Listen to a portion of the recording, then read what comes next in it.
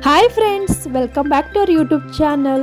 ಇವತ್ತಿನ special recipe ಬಂದು ತುಂಬ ಆರೋಗ್ಯಕರವಾದ ರುಚಿಕರವಾದ ರೆಸಿಪಿ ಅಂತ ಹೇಳ್ಬೋದು. ಅದು ಬಂದು ತೆಂಗಿನಕಾಯಿ ಹೋಳಿಗೆ ಅಥವಾ ಕಾಯಿ ಹೋಳಿಗೆ ಹೇಗೆ ಸುಲಭವಾಗಿ ಮನೆಯಲ್ಲೇ ನಾವು ಮಾಡ್ಬೋದಂತ ನೋಡ್ಕೊಂಡು ಬರೋಣ.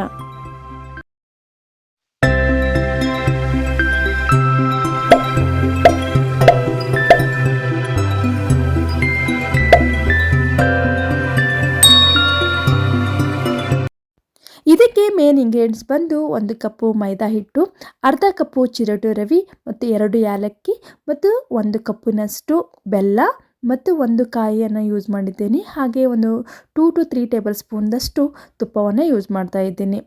ತುಂಬ ರುಚಿಕರವಾಗಿದೆ ಹಾಗೂ ಹೆಲ್ದಿ ಆಗಿರುವಂಥ ಹೋಳಿಗೆಯನ್ನು ಮಾಡೋಣ ಬನ್ನಿ. ಇವಾಗ ಮೊದಲೇದಾಗಿ ನಾನು ಇಲ್ಲಿ ಒಂದು ಬೌಲ್ ತೊಗೊಂಡು ಅದಕ್ಕೆ ಅರ್ಧ ಕಪ್ಪಿನಷ್ಟು ಚಿರೋಟಿ ರವೆ ಮತ್ತು 1 ಕಪ್ಪಿನಷ್ಟು ಮೈದಾ ಹಾಕಿ ಅದಕ್ಕೆ ರುಚಿಗೆ ತಕ್ಕಷ್ಟು ಉಪ್ಪು ಮತ್ತು ಸ್ವಲ್ಪ 1 ಟೀ ಸ್ಪೂನ್ದಷ್ಟು ಎಣ್ಣೆ ಹಾಕಿ ಚೆನ್ನಾಗಿ ಮಿಕ್ಸ್ ಮಾಡ್ಕೊತೀನಿ. ಆಮೇಲೆ ಅದಕ್ಕೆ ಸ್ವಲ್ಪ ನೀರನ್ನು ಹಾಕಿ ಚೆನ್ನಾಗಿ ಹದ ಮಾಡ್ಕೊತಾ ಇದ್ದೀನಿ. ಇದು ತುಂಬ ಸಾಫ್ಟ್ ಆಗಿರಬೇಕು. ಹೋಳಿಗೆ ಚೆನ್ನಾಗಿ ಬರಬೇಕಂದ್ರೆ ಹಿಟ್ಟು ಅಂದರೆ ನಮ್ಮ ಕಣಕ ತುಂಬ ಸಾಫ್ಟಾಗಿ ಇರಬೇಕು. ಎಷ್ಟು ಸಾಫ್ಟಾಗಿ ನಮ್ಮ ಕಣಕ ಇರುತ್ತೆ ಅಷ್ಟು ಸಾಫ್ಟಾಗಿ ನಮ್ಮ ಹೋಳಿಗೆ ರೆಡಿಯಾಗುತ್ತೆ. ಇದನ್ನು ನಾವು ಒಂದು ಮಿನಿಮಮ್ ಅಂದರೆ ಒಂದು 20 ನಿಮಿಷ ನಾವು ರೆಸ್ಟ್ ಮಾಡೋದಕ್ಕೆ ಬಿಡಬೇಕು. ಆವಾಗ ಹಿಟ್ಟು ಚೆನ್ನಾಗಿ ನೆನೆಯುತ್ತೆ. ಇದರಲ್ಲಿ ಚಿರೋಟಿ ರವೆ ಹಾಕಿರೋದರಿಂದ ಸ್ವಲ್ಪ ಚೆನ್ನಾಗಿ ನೆನೆದ್ರೆ ಸಾಫ್ಟಾಗಿ ನಮ್ಮದು ಕಣಕ ರೆಡಿಯಾಗುತ್ತೆ. ಇವಾಗ ನಾನು ಒಂದು ಪೂರ ಕಾಯಿನ ತೆಗೆದು ಈ ಥರ ಕಟ್ ಮಾಡಿ ಇಟ್ಕೊಂಡಿದ್ದೆ. ಇದನ್ನು ನಾನು ಮಿಕ್ಸರ್ ಜಾರ್ನಲ್ಲೇ ಹಾಕಿ ನಾನು ಸಣ್ಣಾಗಿ ಪೌಡ್ರ್ ಮಾಡ್ಕೋತಾ ಇದ್ದೀನಿ. ನೀವು ಬೇಕಾದರೆ ನೀವು ಹೆರ್ಚ್ಕೋಬೋದು. ಇಲ್ಲಿ ನಾನು ಯೂಸ್ ಮಾಡ್ತಾ ಇರೋದು ಹಸಿ ಕೊಬ್ಬರಿಯನ್ನು. ಇವಾಗ ರೆಡಿ ಆಯಿತು ಹಸಿ ಕೊಬ್ಬರಿ ಮತ್ತು ಒಂದು ಕಣಕ ಮತ್ತು ಬೆಲ್ಲ, ತುಪ್ಪ. ಬನ್ನಿ ಇವಾಗ ಹೇಗೆ ಮಾಡು ಅಂತ ನೋಡ್ಕೊಂಡು ಬರೋಣ. ಇವಾಗ ಒಂದು ಪ್ಯಾನ್ ತೊಗೊಂಡು ಅದಕ್ಕೆ ನಾನು 1.5 ಕಪ್ಪದಷ್ಟು ಬೆಲ್ಲ ಯೂಸ್ ಮಾಡ್ತಾ ಇದ್ದೀನಿ. 2 ಕಪ್ಪು ಕೊಬ್ಬರಿಗೆ ನಾನು 1.5 ಕಪ್ಪಿನಷ್ಟು ಬೆಲ್ಲ ಯೂಸ್ ಮಾಡ್ತಾ ಇದ್ದೀನಿ. ಅದಕ್ಕೆ 2 ಟೇಬಲ್ ಸ್ಪೂನ್ದಷ್ಟು ನೀರು ಹಾಕ್ತಾ ಇದ್ದೀನಿ. ಜಾಸ್ತಿ ನೀರು ಹಾಕಬಾರ್ದು. ಸೊ ಜಾಸ್ತಿ ನೀರು ಹಾಕಿದರೆ ಜಾಸ್ತಿ ಕುದಿಸ್ಕೋತೈತಿ. ಇದರಿಂದ ಟೈಮ್ ಜಾಸ್ತಿ ತಗೊಳುತ್ತೆ. ನೋಡ್ಬೋದು ಇಲ್ಲಿ ಕರಗಿದ ತಕ್ಷಣ ನೀರು ಚೆನ್ನಾಗಿ ಬಿಟ್ಕೊಂಡಿದೆ ಅಂತ. ಇದೇ ಥರ ಕುದಿಸ್ಕೋತಾ ಹೋಗಬೇಕು. 1 ಎಳೆ ಪಾಕದಷ್ಟು ಬಂದರೆ ಸಾಕು. ನೋಡ್ಬೋದು ಇಲ್ಲಿ ಬಬಲ್ಸ್ ಥರ ಬಂದಿದೆ ಅಲ್ವಾ. ಇವಾಗ ಆಲ್ಮೋಸ್ಟ್ ಅದು 1 ಎಳೆ ಪಾಕದಷ್ಟು ಬೆಲ್ಲ ರೆಡಿಯಾಗಿದೆ. ಇವಾಗ ರೆಡಿ ಮಾಡಿ ಇಟ್ಕೊಂಡಂಥ ಕೊಬ್ಬರಿ ತುರಿಯನ್ನು ಹಾಕಿ ಚೆನ್ನಾಗಿ ಮಿಕ್ಸ್ ಮಾಡ್ಕೊತಾ ಇದ್ದೀನಿ. 1 ಎಳೆ ಪಾಕ ಬಂದರೆ ಸಾಕು. ಜಾಸ್ತಿ ಪಾಕ ಮಾಡುವ ಅವಶ್ಯಕತೆ ಇಲ್ಲ. ಜಾಸ್ತಿ ಪಾಕ ಮಾಡಿದರೆ ನಮ್ಮದು ಗಟ್ಟಿಯಾಗುವ ಚಾನ್ಸಸ್ ಜಾಸ್ತಿ ಇರುತ್ತೆ. ಹಾಗಾಗಿ ಜಸ್ಟ್ 1 ಎಳೆ ಪಾಕ ಬಂದ ತಕ್ಷಣ ಅಂದರೆ ಬಬಲ್ಸ್ ಬಂದ ತಕ್ಷಣ ಕೊಬ್ಬರಿಯನ್ನು ಹಾಕಿ ಚೆನ್ನಾಗಿ ಮಿಕ್ಸ್ ಮಾಡ್ಕೋಬೇಕು. ಆಮೇಲೆ ಅದಕ್ಕೆ 1 ಟೀ ಸ್ಪೂನ್ದಷ್ಟು ಏಲಕ್ಕಿ ಪುಡಿನ ಹಾಕಿ ಚೆನ್ನಾಗಿ ಮಿಕ್ಸ್ ಮಾಡಿಕೊಂಡು ಅದರಲ್ಲಿ ನೀರಿನ ಅಂಶ ಇರಲಾರ್ದಂಗೆ ನೋಡ್ಕೋಬೇಕಾಗುತ್ತೆ ಸ್ವಲ್ಪ. ಆದಮೇಲೆ ಅದನ್ನು ಸ್ಟವ್ ಆಫ್ ಮಾಡಿ ಮುಚ್ಚಿಡಬೇಕು. ಇದನ್ನು ನಾವು 10 ಮಿನಿಟ್ಸ್ ರೆಸ್ಟ್ ಮಾಡೋದಕ್ಕೆ ಬಿಟ್ಟರೆ ಅದು ಸ್ವಲ್ಪ ಬಿಸಿನೇ ಆರುತ್ತೆ. ಹಾಗೆ ನಾವು ಅದನ್ನು ಮುಟ್ಟಿ ನಾವು ಚೆನ್ನಾಗಿ ಹದ ಮಾಡಿಕೊಂಡು ನಾವು ಇಲ್ಲಿ 8ರಿಂದ 10 ಹೋಳಿಗೆಗಳನ್ನು ಮಾಡ್ಕೋಬೋದು ಒಂದು ತೆಂಗಿನಕಾಯಿಯಿಂದ. ಕೈಗೆ ಸ್ವಲ್ಪ ತುಪ್ಪ ಹಚ್ಕೊಂಡು ನಾನು ಇಲ್ಲಿ 8 ಬಾಲ್ಸ್ಗಳನ್ನು ಮಾಡ್ಕೋತಾ ಇದ್ದೀನಿ. ತೆಂಗಿನಕಾಯಿ ಮತ್ತು ಬೆಲ್ಲದ ಕಾಂಬಿನೇಷನ್ನು ಸೂಪರ್ ಆಗಿರುತ್ತೆ. ತುಂಬ ಹೆಲ್ದಿನೂ ಕೂಡ. ಇವಾಗ ಎಲ್ಲ ಸ್ಟಫಿಂಗ್ದು ಬಾಲ್ಸ್ ರೆಡಿ ಆಯಿತು. ಇವಾಗ ನೆಕ್ಸ್ಟ್ ಹೋಳಿಗೆಯನ್ನು ಮಾಡ್ಕೊಳ್ಳೋಣ. ಹೋಳಿಗೆಗೆ ನಾನು ಹಿಟ್ಟನ್ನು ಸಾಫ್ಟಾಗಿ ಮಾಡ್ಕೋತಾ ಇದ್ದೀನಿ ಮತ್ತೊಂದ್ಸತೆ. ಆಮೇಲೆ ಇದಕ್ಕೆ ನಾನು ಎಣ್ಣೆ ಇರುತ್ತಲ್ವ, ಎಣ್ಣೆದು ಪ್ಯಾಕೆಟನ್ನು ಶೀಟನ್ನು ಯೂಸ್ ಮಾಡ್ತಾ ಇದ್ದೀನಿ. ನೀವು ಅದ್ರ ಬದಲು ಹೋಳಿಗೆದ ಶೀಟು ಸಿಗುತ್ತೆ, ಅದನ್ನು ಯೂಸ್ ಮಾಡ್ಕೋಬಹುದು. ಇಲ್ಲಿ ನೋಡಿ ನಿಂಬೆಹಣ್ಣಿನ ಗಾತ್ರದಷ್ಟು ಹಿಟ್ಟನ್ನು ತಗೊಂಡು ನಾನು ಎಣ್ಣೆ ಶೀಟಿನ ಮೇಲೆ ಈ ಥರ ತಟ್ಕೋತಾ ಇದ್ದೀನಿ. ಅದಕ್ಕೆ ನಾನು ರೆಡಿ ಮಾಡ್ಕೊಂಡಂಥ ಸ್ಟಫಿಂಗ್ ಬಾಲನ್ನು ಇಟ್ಕೊಂಡು ಹೋಳಿಗೆ ನಾವು ಯಾವ ಥರ ಮಾಡ್ತೀವಲ್ಲ ಅದೇ ಥರ ಸೇಮ್ ಇಟ್ಕೊಂಡು ಸುತ್ತ ರೋಲ್ ಮಾಡಿ ಹಿಟ್ಟಿನಿಂದ ಕವರ್ ಮಾಡ್ಕೋತೀನಿ. ಆಮೇಲೆ ಮೇಲೆ ಎಕ್ಸ್ಟ್ರಾ ಏನಾದರೂ ಹಿಟ್ಟು ಬಂದರೆ ನೀವು ಅದನ್ನ ತೆಗಿಬೋದು. ಸೊ ಜಾಸ್ತಿ ಹಿಟ್ಟಿಟ್ಟರೆ ಅಷ್ಟು ಚೆನ್ನಾಗಿ ಬರಲ್ಲ ಹೋಳಿಗೆ ಅಂತ ಮೇಲಿರುವಂಥ ಎಕ್ಸ್ಟ್ರಾ ಹಿಟ್ಟನ್ನು ನಾನು ತೆಗಿತಾ ಇದ್ದೀನಿ.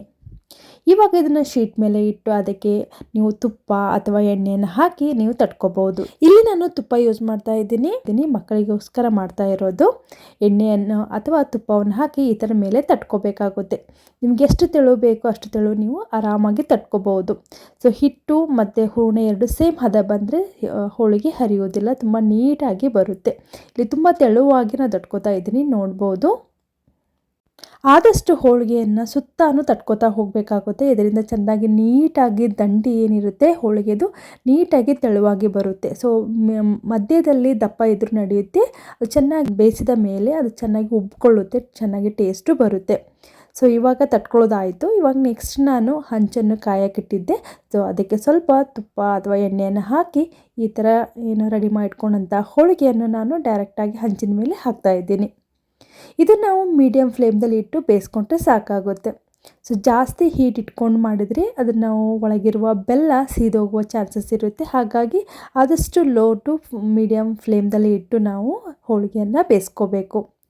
ಸೊ ಇವಾಗ ತಿರುವು ಹಾಕಿದೆ, ನೋಡ್ಬೋದು ತುಂಬ ನೀಟಾಗಿ ಹೋಳಿಗೆ ಬಂದಿದೆ. ತುಂಬ ಸಿಂಪಲ್ ಆದ ಮೆಥಡನ್ನು ಯೂಸ್ ಮಾಡಿ ನಾವು ಹೋಳಿಗೆ ಹೇಗೆ ಮಾಡೋದು ಅಂತ ನೋಡಿದ್ವಿ ಅಲ್ವಾ. ಚೆನ್ನಾಗಿ 2 ಸೈಡ್ ಬೇಯಿಸಿದ ನಂತರ ಇದನ್ನು ನಾನು ಫೋಲ್ಡ್ ಮಾಡಿ ಇದನ್ನು ಎತ್ತಿ ಇಡ್ತಾ ಇದ್ದೀನಿ. ನೆಕ್ಸ್ಟ್ ಇನ್ನೊಂದು ರೀತಿಯಿಂದ ನಾವು ಹೇಗೆ ಹೋಳಿಗೆಯನ್ನು ಮಾಡ್ಬೋದು ಅಂತ ನೋಡ್ಕೊಂಡು ಬರೋಣ. ನೀವು ಕೈನಿಂದನೂ ತಟ್ಬೋದು, ಇಲ್ಲ ಅಂದರೆ ಈ ಥರ ಬೆಳ್ಳುಣಿಗೆ ಅಥವಾ ಲಟ್ಟಣಿಗೆಯಿಂದ ಯೂಸ್ ಮಾಡಿ ನೀವು ಹೋಳಿಗೆಯನ್ನು ತಟ್ಬೋದು. ತುಂಬ ಈಸಿಯಾಗಿದೆ. ಯಾರಿಗೆ ತಟ್ಟೋದಕ್ಕೆ ಬರಲ್ಲ ಹೋಳಿಗೆ ಅಂದರೆ ಈ ಥರ ನಾರ್ಮಲಾಗಿ ನಾವು ಹೇಗೆ ಲಟ್ಟಣಿಗೆಯಿಂದ ಯೂಸ್ ಮಾಡಿ ಹೋಳಿಗೆ ಮಾಡ್ತೀವಲ್ಲ ಅದೇ ಥರ ನೀವು ಮಾಡ್ಕೋಬೋದು. ಇದು ಆದಷ್ಟು ಹೋಳಿಗೆ, ಕಾಯಿ ಹೋಳಿಗೆ ತೆಳುವಾಗಿದ್ದರೆ ತುಂಬ ಟೇಸ್ಟಿಯಾಗಿ ಬರುತ್ತೆ. ಸೊ ಅವಾಗೆ ನೀವು ಬಿಸಿ ಬಿಸಿ ಆಗ ತಿಂದರೆ ಮೃದುವಾಗಿರುತ್ತೆ. ಮತ್ತು ನೆಕ್ಸ್ಟ್ ಡೇ ತಿಂದರೆ ನೀವು ಅದು ಸ್ವಲ್ಪ ಮೇಲೆ ಕ್ರಿಸ್ಪಿನೆಸ್ ಬರುತ್ತೆ, ತುಂಬ ಟೇಸ್ಟಿಯಾಗಿ ಅನಿಸುತ್ತೆ. ಈ ಥರ ಮಾಡಿದ ಹೋಳಿಗೆಯನ್ನು ನೀವು ಆರಾಮಾಗಿ 2ರಿಂದ 3 ದಿನ ಇಟ್ಟು ತಿನ್ಬೋದು, ಕೆಡೋದಿಲ್ಲ.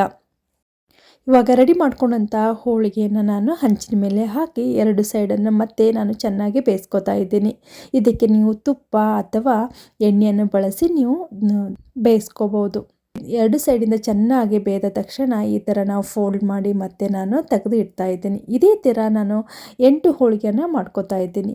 ಮೀಡಿಯಮ್ ಗಾತ್ರದ ತೆಂಗಿನಕಾಯಿಂದ ನಾನು 8 ಮೀಡಿಯಮ್ ಸೈಜಿನ ಹೋಳಿಗೆಯನ್ನು ಮಾಡಿಕೊಂಡೆ. ನಿಮ್ಮ ಮನೆಯಲ್ಲಿ ಏನಾದರೂ ತೆಂಗಿನಕಾಯಿ ಇದ್ದರೆ ಒಂದ್ಸತಿ ಈ ಥರ ಸೇಮ್ ಇದೇ ವಿಧಾನದಲ್ಲಿ ಮಾಡಿ ನೋಡಿ, ಎಷ್ಟು ರುಚಿಯಾಗಿರುತ್ತೆ, ಹೇಗೆ ಬಂದಿದೆ ಅಂತ ನನಗೆ ಕಮೆಂಟ್ ಮೂಲಕ ತಿಳಿಸ್ಬೋದು. ತುಂಬ ಚೆನ್ನಾಗಿ ನೀಟಾಗಿ ಬರುತ್ತೆ. ಸೊ ಸಾಫ್ಟ್ನೆಸ್ಸು ಇರುತ್ತೆ. ನೀವು ನೆಕ್ಸ್ಟ್ ಡೇ ತಿಂದರೆ ಕ್ರಿಸ್ಪಿನೆಸ್ಸು ಬರುತ್ತೆ. ಸೊ 2 ರೀತಿಯಿಂದ ನೀವು ಹೋಳಿಗೆಯನ್ನು ತಿನ್ಬೋದು, ಎಂಜಾಯ್ ಮಾಡ್ಬೋದು. ನಿಮಗೆ ಈ ವಿಡಿಯೋ ಇಷ್ಟ ಆಗೈತೆ ಅಂತ ಅನ್ಕೋತೀನಿ. ಇಷ್ಟ ಆದರೆ ನಮ್ಮ ಚಾನಲ್ಗೆ ಸಬ್ಸ್ಕ್ರೈಬ್ ಮಾಡಿ, ಹಾಗೆ ಪಕ್ಕದಲ್ಲಿರುವ ಬೆಲ್ ಐಕನನ್ನು ಪ್ರೆಸ್ ಮಾಡಿ. ನಾನು ಹಾಕುವ ನೆಕ್ಸ್ಟ್ ವಿಡಿಯೋದ ನೋಟಿಫಿಕೇಷನ್ ನಿಮಗೆ ಸಿಗುತ್ತೆ. ಹಾಗೆ ಕಮೆಂಟ್ ಮೂಲಕ ನಿಮ್ಮ ಅನಿಸಿಕೆಗಳನ್ನು ತಿಳಿಸ್ಬೋದು. ಮತ್ತೆ ನಿಮಗೆ ಹೊಸ ವಿಡಿಯೋದೊಂದಿಗೆ ಸಿಗ್ತೀನಿ. Thank you for watching.